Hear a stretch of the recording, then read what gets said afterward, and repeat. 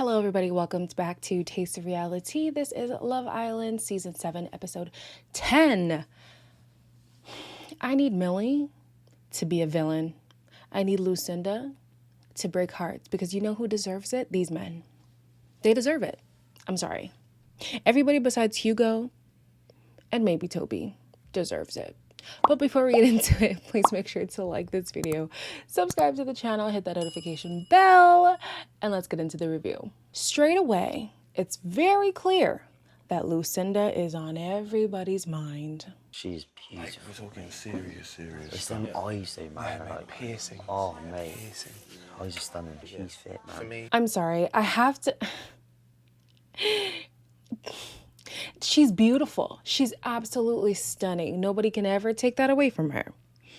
But this group of men is so embarrassing to watch. It's so embarrassing. You guys are out here talking about, oh, I don't have a type. Oh, it's about personality. And you're nearly pissing yourself at the sight of Lucinda. You know what I mean?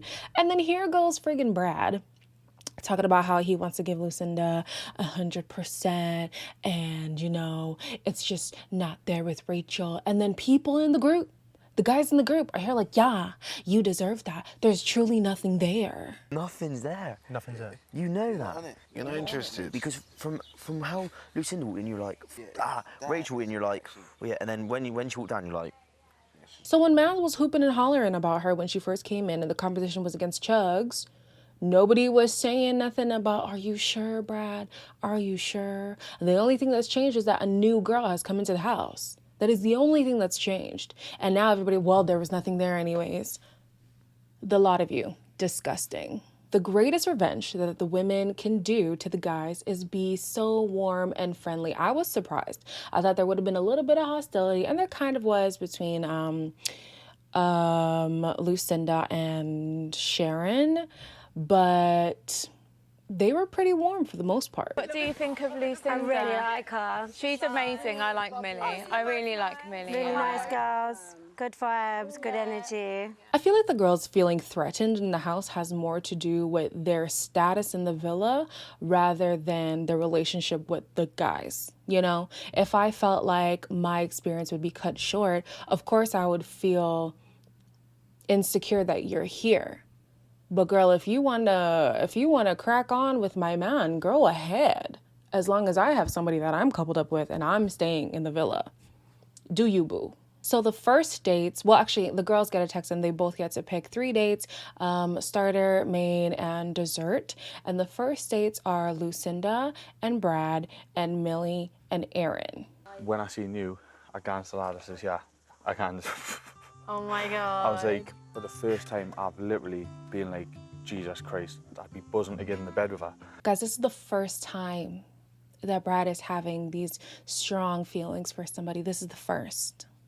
The first. Yeah. The second dates are Lucinda and Hugo and Millie and Liam. I don't think I've actually ever met someone who's 6'6", and I find that extremely fit. Millie is giving me villain energy, man. She is stroking these egos. Wow, I'm just so mesmerized with your face. Wow, the connection here is just so intense. I've never seen somebody so tall. Girl, keep on stroking. Keep on stroking. I love it. I love it. Get these guys to let their guard down and come in for the kill. Coming for the kill. They had it coming. The way that they're talking about these women behind their back, and I get it. The first people in the house are always people that you take for granted because you get comfortable with them. And anything shiny and new looks more intriguing. But the way that they've been speaking about these women behind their back, it's uncomfortable to watch. Some of it is warranted, I will not lie. Sometimes Faye and Sharon have attitudes that are kind of stink. But that's why I resonate with them so much, because my attitude can be stank too. But go and speak to these women, you know, have an honest conversation. Don't be afraid of like what repercussions might happen, because in the end, you look more of an ass talking behind their back than just confronting it head on, especially to the general public, because they're the ones in the end who really decide what your fate is. Look at Greg. look at Greg. Nobody gives a damn about Greg no more, and he won the show. So be careful. Be careful. Oh, also, before I move on from the second dates, Liam says Faye is not his type whatsoever, and he's really into, what's this girl's name? Millie. Don't they look the same? Correct me if I'm wrong. And I'm not trying to say all these blondes look the same, but low-key, when the four of them were sitting on this couch, I was like, who is who? But Faye and Millie in particular look pretty similar. So I don't know what he's going on about. So the final dates is Lucinda and Aaron, Millie and Hugo, and straight away, here goes Aaron bad-mouthing Sharon. You know what? She's the only girl that I haven't really spoken to.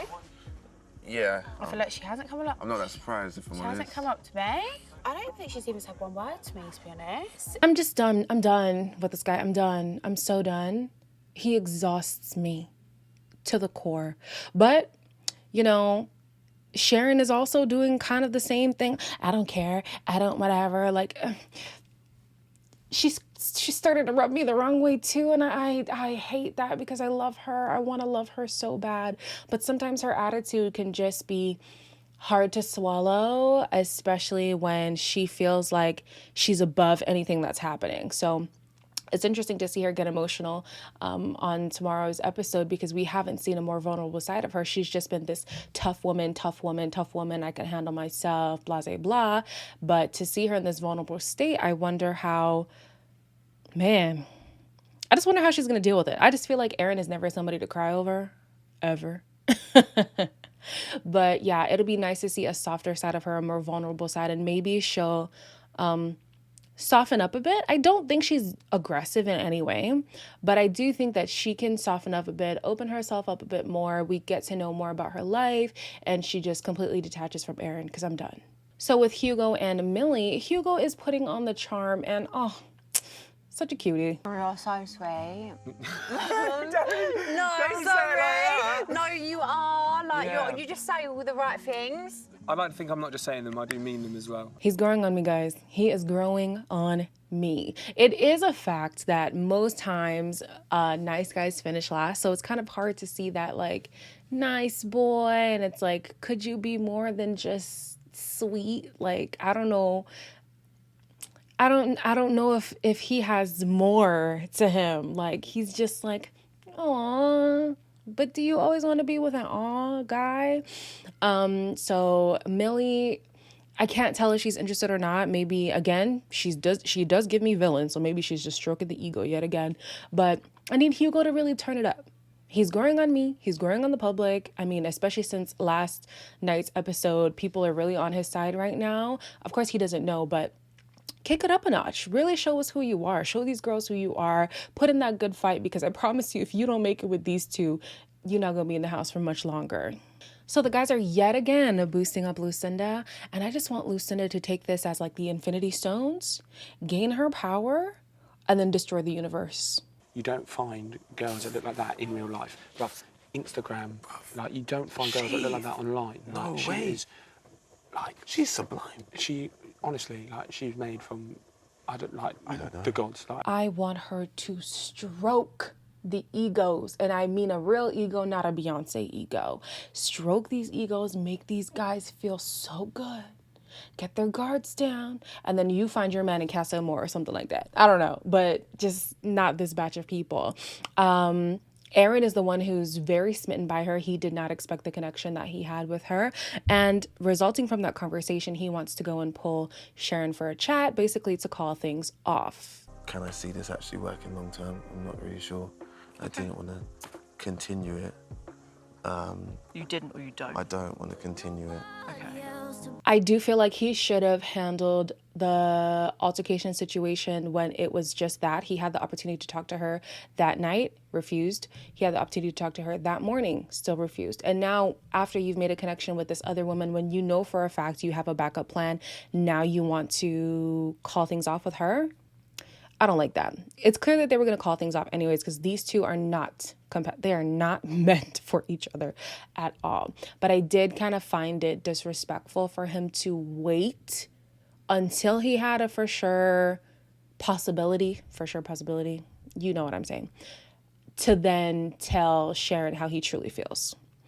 Anyways, tomorrow we see the fallout of all of that. We see a couple more connections happening. Hopefully Liberty finally gets the egg off of her face that Jake has put invisibly on it. She doesn't even see it, but it's there, babes. It's there.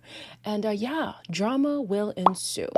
Until then, please make sure to like, comment, share, and subscribe. I'm also going to see if I can put up the US review today, but it's highly unlikely. It'll probably go up tomorrow morning. So yeah, I'll see you guys tomorrow.